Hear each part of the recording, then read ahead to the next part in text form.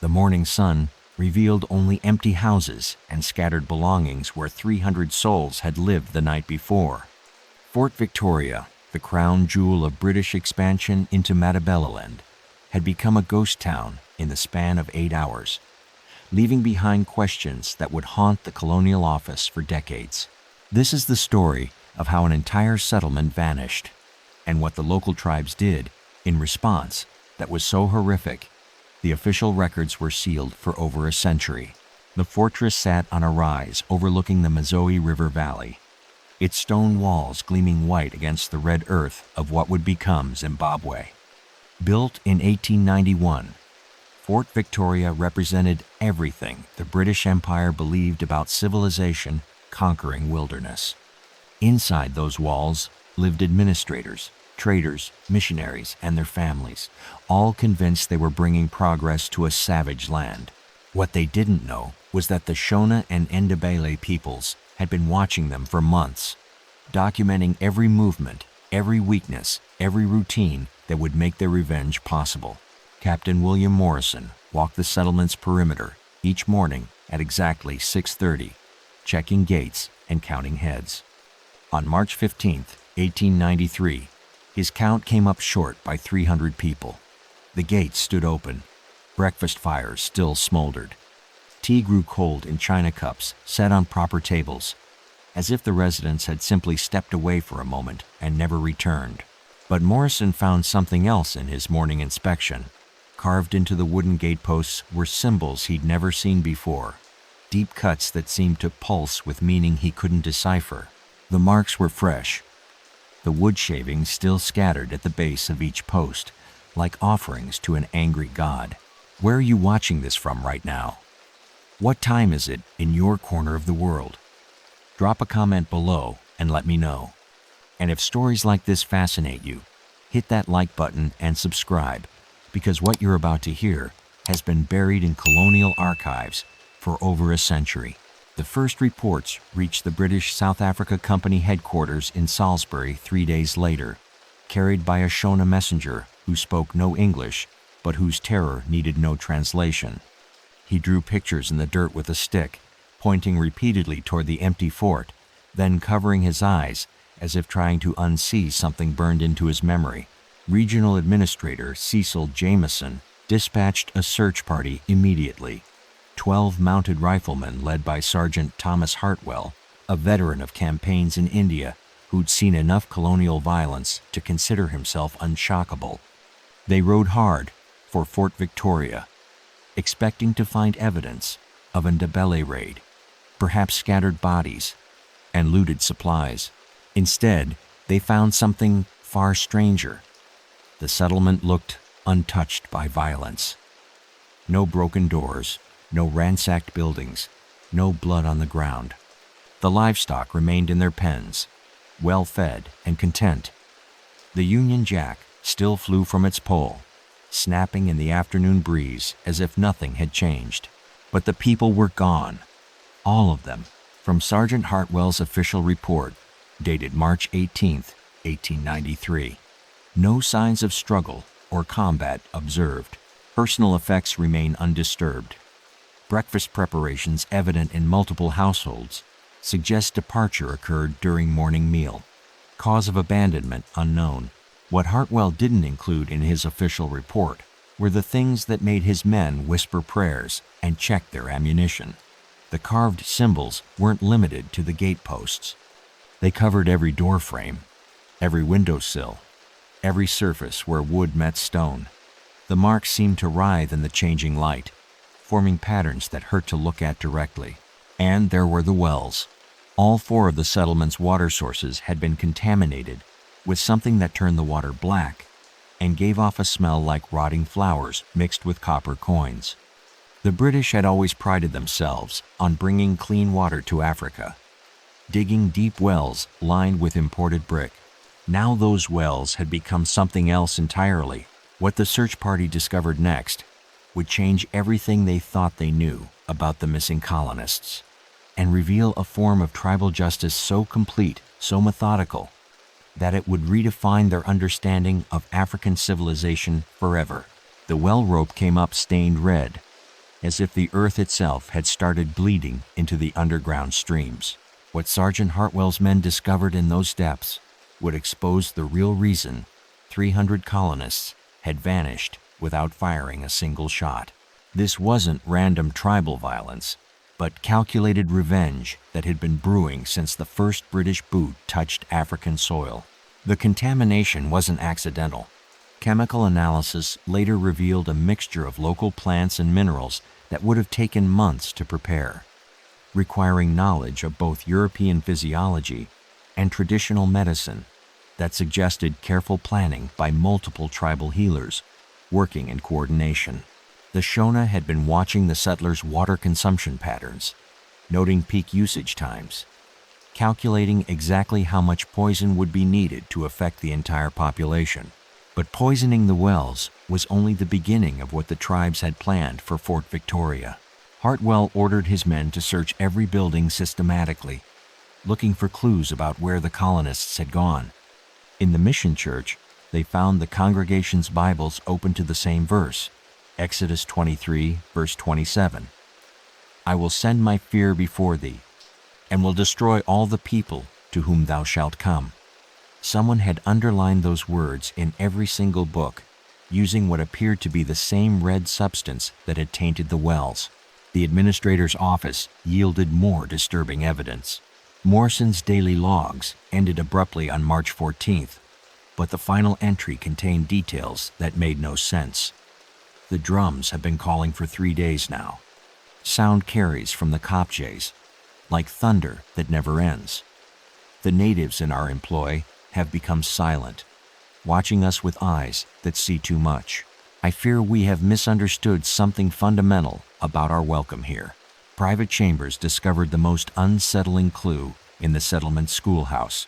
Children's slates still bore their final lessons, but mixed among the arithmetic and Bible verses were drawings that clearly hadn't been made by young British hands. Stick figures with elongated limbs surrounded larger figures tied to trees. Symbols that matched the carvings on the gateposts decorated the margins of every slate. The African children who attended the mission school had been documenting what was coming. From a letter found in the teacher's desk, dated March 10, 1893, the native children speak of ceremonies in the hills, of preparations their elders make in secret. When I ask what they mean, they fall silent and will not meet my eyes. I begin to suspect we are not as welcome as we believed. But the most chilling discovery came when the search party ventured beyond the settlement walls. Following a trail of disturbed earth, they found the first of what would become known as the cleansing circles. Perfectly round clearings in the bush, each roughly 20 feet in diameter, where the grass had been burned away and the soil packed hard by countless feet moving in ritual patterns. At the center of each circle stood a single wooden post, carved with the same symbols that covered Fort Victoria's buildings. But these posts served a different purpose than mere decoration. The wood was stained dark with substances that made the soldiers' horses refuse to approach, and the ground around each post was littered with small bones that had been carved into intricate patterns before being scattered like offerings to hungry spirits. What had the tribes done here? And where were the 300 British colonists who'd vanished from their beds on a peaceful March morning? The answers lay deeper in the bush, where ancient justice had taken a form so complete that it would challenge everything the colonial administration thought they knew about African civilization, and reveal the true cost of poisoning sacred waters in a land that remembered every slight. The screaming started at dawn, echoing across the kopjes, like the sound of the earth itself crying out in pain. Hartwell's search party had discovered the main ceremonial site, and what they found there would haunt British colonial records for generations.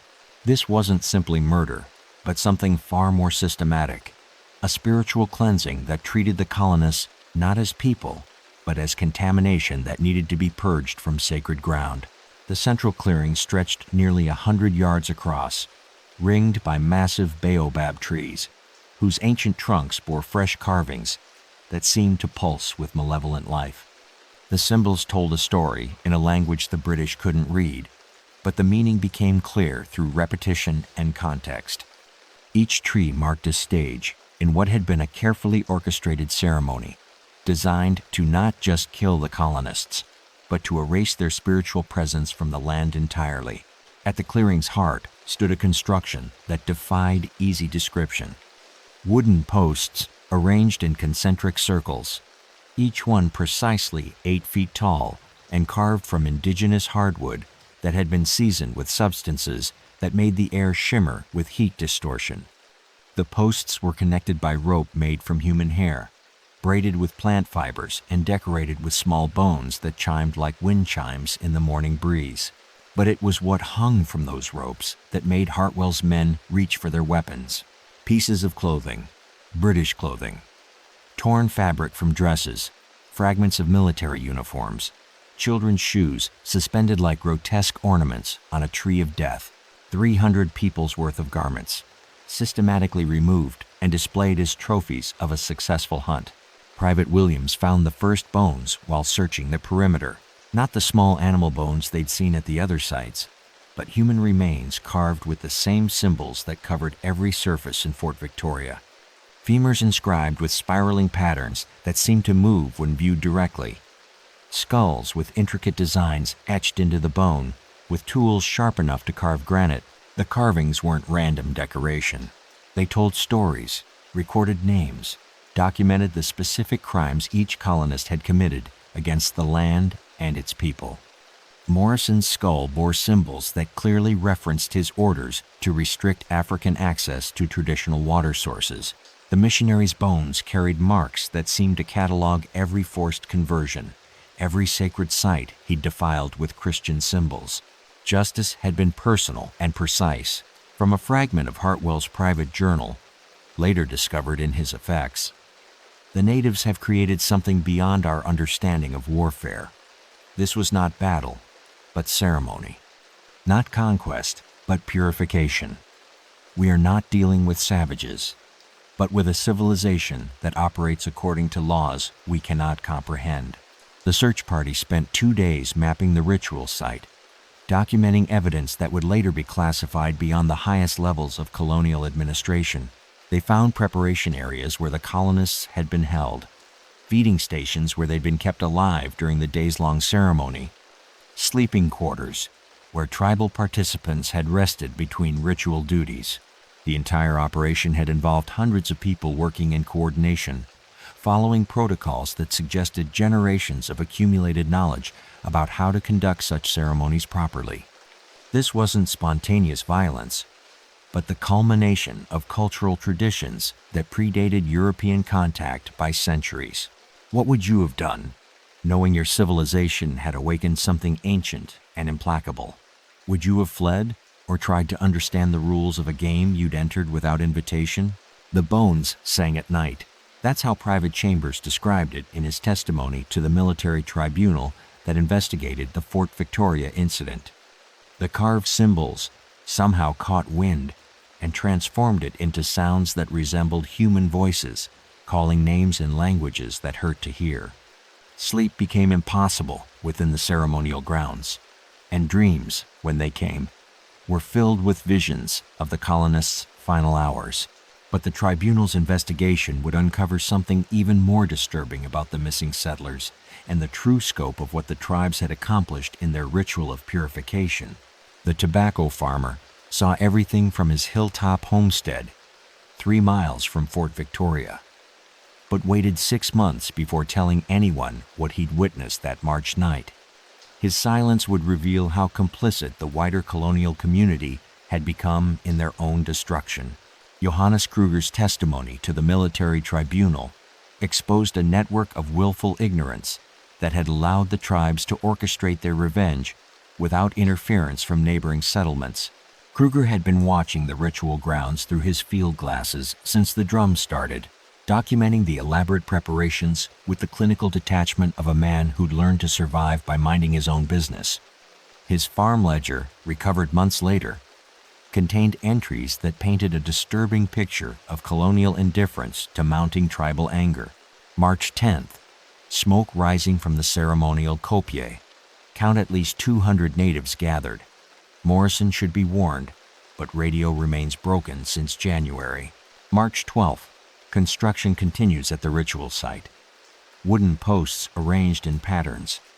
Native workers from surrounding farms have abandoned their positions without collecting wages. Something significant is planned. March 14th. Fort Victoria signal flags have not moved since yesterday. No smoke from morning cooking fires. The ceremony has begun. But Kruger wasn't the only witness to the colonists' fate. The Portuguese trader Manuel Santos had been camped just 5 miles south, close enough to hear the sounds that carried across the valley during the 3 nights it took the tribes to complete their purification ritual. He'd loaded his wagon and fled on the second night, but not before documenting details that would later prove crucial to understanding what had happened. From Santos's statement to Portuguese authorities in Lourenço Marques, the screaming was not random. It followed patterns, rhythms that suggested ceremony rather than chaos. Between the human voices, drums beat in sequences that seemed to correspond to the cries. This was not massacre, but liturgy performed with living instruments. The tribal participants had been visible from multiple vantage points, moving in processions that honored ancient protocols for dealing with spiritual contamination. The colonists weren't simply killed, but transformed through ritual into something else entirely. Each death served a specific ceremonial function, contributing to a larger working designed to cleanse the land of foreign influence. What made the colonial witnesses' silence even more damning was their knowledge of what had triggered the uprising.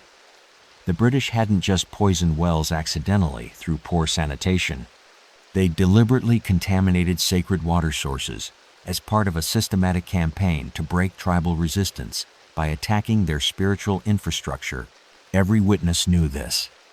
Every neighboring farmer, every trader, every administrator who'd received reports about strange illnesses affecting native communities around Fort Victoria.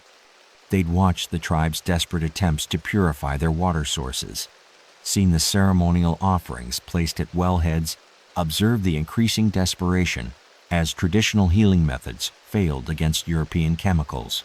And they'd done nothing. The code of colonial silence. When Santos finally testified, his account revealed the calculated nature of settler complicity.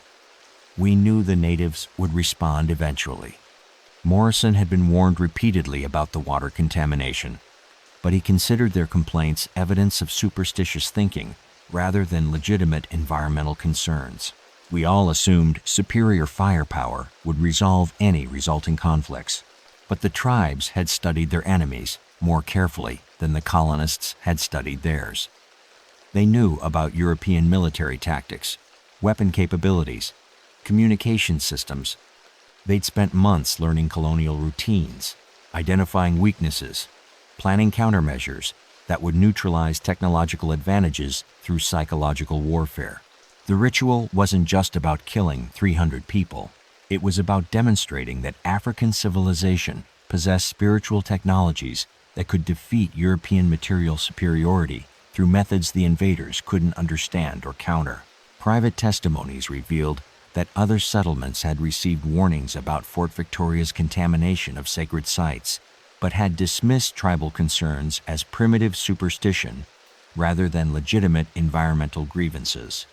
The colonial mindset couldn't process the idea that Africans might possess valid knowledge about land management, spiritual ecology, or sustainable resource use. This blindness had made the revenge possible and ensured it would be complete. But the most disturbing revelation in the witness testimonies concerned what happened to the colonists during the final night of the ceremony and how their transformation into spiritual weapons had been accomplished through methods that challenged European understanding of life, death, and the boundaries between them. The colonists were still alive when the final ceremony began, but what emerged from that ritual clearing would challenge every assumption about the boundaries between life and death. Dr. Sarah Mitchell's medical examination of the remains, conducted 18 months later, revealed modifications to human bone that defied contemporary understanding of anatomy. The tribes hadn't simply executed their captives. They transformed them into spiritual instruments designed to carry curses across generations. Mitchell arrived in Rhodesia as part of a Royal Geographic Society expedition tasked with documenting indigenous medical practices. Her assignment to examine the Fort Victoria remains came after preliminary reports suggested the bone carvings contained anatomically impossible features that warranted scientific investigation. What she discovered would force her to question fundamental assumptions about the relationship between physical matter and spiritual energy. The carved bones weren't random artistic expressions, but precisely engineered modifications that seemed to enhance their resonant properties. Femurs had been hollowed and tuned to specific pitches, creating instruments capable of producing sounds that affected listeners on frequencies beyond normal human hearing. Rib bones contained intricate channel systems that appeared designed to conduct some form of energy flow through the skeletal structure. Most disturbing were the modifications to the skull cavities. The cranial bones bore internal carvings that followed neural pathways with anatomical accuracy that suggested the carvers possessed detailed knowledge of European brain structure. The patterns seemed designed to capture and redirect some form of consciousness, binding the colonists' awareness to the carved bone matrices, even after clinical death. From Dr. Mitchell's confidential report to the Royal College of Physicians, the modifications demonstrate surgical precision combined with spiritual technology that operates according to principles unknown to European science. We are not dealing with primitive rituals, but with a sophisticated understanding of human consciousness that may predate our own medical knowledge by millennia. The transformation process had taken 3 full nights, according to witness accounts compiled from surviving tribal participants interviewed decades later. Each colonist underwent specific modifications based on their individual crimes against the land and its people. Morrison's bones carried carvings related to water contamination. The missionary skeleton bore symbols designed to reverse forced conversions. Children's remains contained protective markings that seemed intended to shield their innocent spirits from the adults' spiritual punishment. But the most complex modifications were reserved for the colonial women, whose bones carried elaborate curse systems designed to affect future generations of European settlers. The carvings created what tribal elders described as bloodline bridges, spiritual connections that would carry the consequences of colonial crimes forward through family lines until proper restitution was made. The ritual had been planned, not just as revenge, but as a comprehensive spiritual warfare campaign designed to make continued European settlement impossible through supernatural means that colonial authorities couldn't counter with conventional military force. What the tribes understood, and the British didn't, was that successful colonization required more than political and economic control. It demanded spiritual dominance over the land itself. By transforming the colonists into cursed objects bound to the territory they'd tried to steal, the ritual ensured that Fort Victoria would remain spiritually hostile to European presence indefinitely. They turned invaders into guardians. The carved bones were discovered arranged in specific patterns throughout the ceremonial site, creating a grid system that covered several square miles of territory. Each skeleton served as an anchor point in a larger spiritual network, designed to detect and repel future colonial incursions through methods that operated beyond the reach of European countermeasures. Dr. Mitchell's attempts to remove bones for laboratory analysis resulted in a series of accidents that killed 3 expedition members and convinced her that the remains were actively defending themselves against scientific scrutiny. Her final report recommended that the site be declared off-limits to European personnel permanently, acknowledging that the tribes had created spiritual defenses that colonial authorities lacked the knowledge to overcome. But Mitchell's investigation had uncovered one final, terrifying detail about the transformation ritual that would explain why neighboring settlements continued to report strange phenomena for decades after Fort Victoria's disappearance, and how the cursed bones had achieved a form of consciousness that transcended individual death. The bones began moving on their own during the second week of April, 1893, repositioning themselves into new configurations that suggested the carved remains had developed some form of shared awareness. Captain Reynolds's patrol discovered the skeletal network had reorganized itself overnight, creating patterns that resembled a vast neural system stretching across the abandoned settlement. This wasn't simple supernatural phenomena, but evidence that the transformation ritual had succeeded in binding 300 individual consciousnesses into a collective entity capable of coordinating defensive actions against future colonial incursions. Reynolds had been dispatched from Salisbury with orders to secure Fort Victoria for reoccupation, bringing a company of seasoned troops equipped with the latest military technology available to the British South Africa Company. His mission seemed straightforward: clear the site of native influences and re-establish British control over this strategically important location along the trade routes to the interior. What his men encountered defied every assumption about African spiritual practices and their real-world effectiveness against European military superiority. The carved bones had arranged themselves into geometric patterns that covered the entire settlement, creating pathways that seemed to pulse with energy, visible only in peripheral vision. Soldiers reported feeling observed by invisible watchers, hearing whispered conversations in English spoken by voices they almost recognized. The colonial dead had become a garrison more effective than any living force. From Captain Reynolds's classified report to company headquarters, the remains demonstrate coordinated behavior that suggests retention of individual personality within a larger collective structure. Former colonists appear to be defending their settlement using methods that render conventional military responses ineffective, recommend immediate withdrawal and permanent abandonment of the site. But the company's directors couldn't accept that African spiritual technology had created defensive systems capable of defeating British military power through psychological warfare alone. They ordered Reynolds to destroy the bone configurations and proceed with reoccupation plans, dismissing his reports as evidence of colonial hysteria rather than legitimate tactical intelligence. The attack began at dawn on April 21st. Company troops used artillery to shatter the bone arrangements, then moved in with rifles and bayonets to clear any remaining native influences from the settlement buildings. For 3 hours, it appeared the military solution was working. The bones lay scattered and broken. The whispered voices had fallen silent, and the sense of being watched had diminished to manageable levels. Then the fragments began to move. Not the large bones, which remained where the artillery had scattered them, but the smaller pieces created by the bombardment.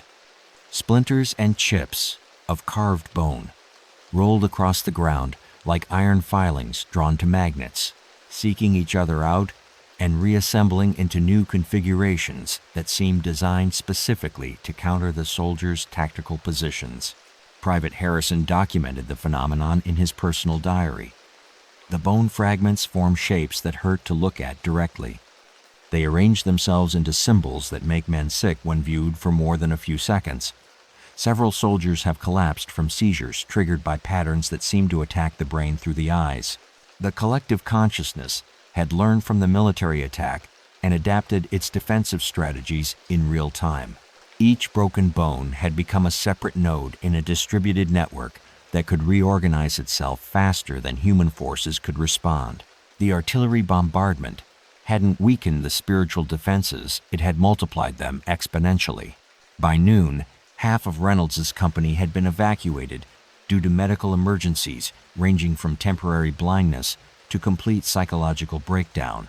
The remaining soldiers reported that the settlement itself seemed to be actively resisting their presence, with buildings shifting position when not under direct observation, and familiar rooms becoming maze-like spaces that led to impossible destinations.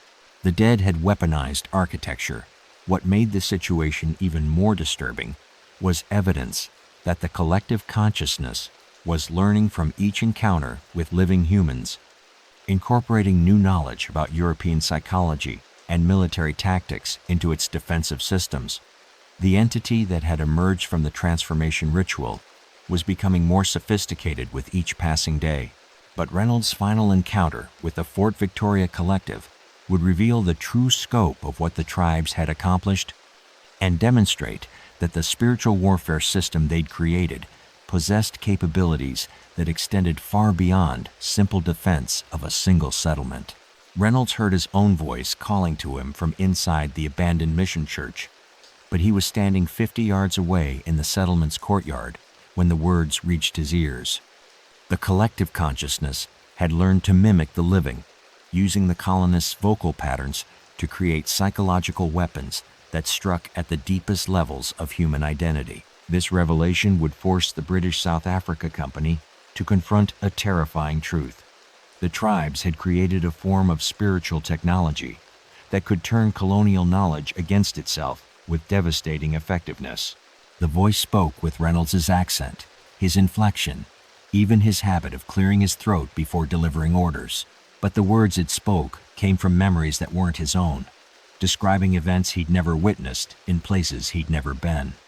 The entity was accessing colonial experiences from the transformed consciousness network, weaving them together into composite personalities that could function as perfect infiltrators. "Captain, you need to see what we found in the administrator's office," the voice called, using precisely the tone Reynolds would have expected from Sergeant Mills. But Mills was standing beside him, his face pale with recognition that something else was speaking with his voice from inside the church. The collective had learned to weaponize familiarity itself. From Reynolds' final dispatch, marked Classification Absolute in Company Files, the entity demonstrates access to memories, speech patterns, and personal knowledge from all 300 colonists simultaneously. It can generate perfect vocal mimicry of any individual while combining their experiences into composite personalities that appear designed specifically to deceive and disorient living observers.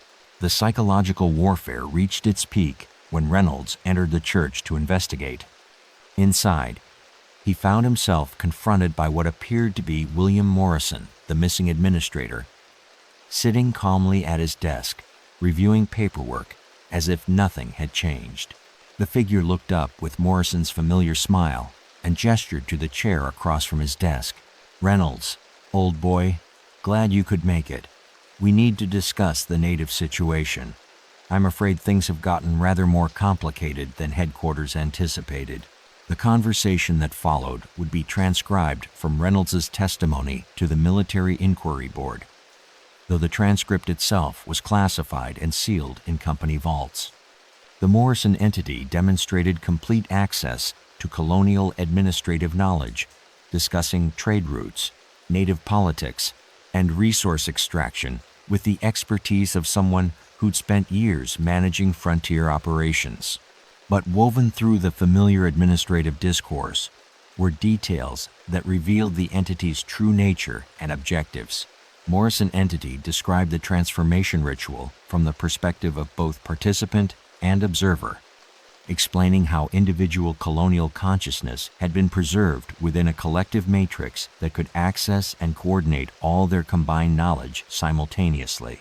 "We understand your concerns about native resistance," the entity said, using Morrison's characteristic gesture of adjusting his spectacles. "But you're operating from incomplete information. The tribes haven't simply killed us, they've recruited us. We serve the land now, rather than the company. Our new employers have much better pension arrangements." The entity's humor retained Morrison's dry wit, but its allegiance had shifted completely. The transformation ritual hadn't destroyed colonial consciousness. It had converted it into a defensive system that used European knowledge to protect African interests. What made the encounter even more disturbing was the entity's demonstration of capabilities that extended beyond simple mimicry. It knew details about Reynolds' personal life, his family back in England, his private doubts about colonial policies. The collective consciousness had somehow gained access to information that the original colonists couldn't possibly have possessed. The dead were learning from the living. "Your wife Margaret is expecting your third child," Morrison entity observed casually. "Due in September, if the timing holds. Lovely woman. We do hope you'll reconsider this reoccupation business. Who wouldn't want anything unpleasant to follow you home?" The threat was delivered with Morrison's characteristic understatement, but its implications were clear. The collective consciousness possessed capabilities that could affect people far beyond the boundaries of Fort Victoria. The spiritual warfare system had global reach. Reynolds fled that afternoon, abandoning his mission and recommending immediate evacuation of all company personnel from the region.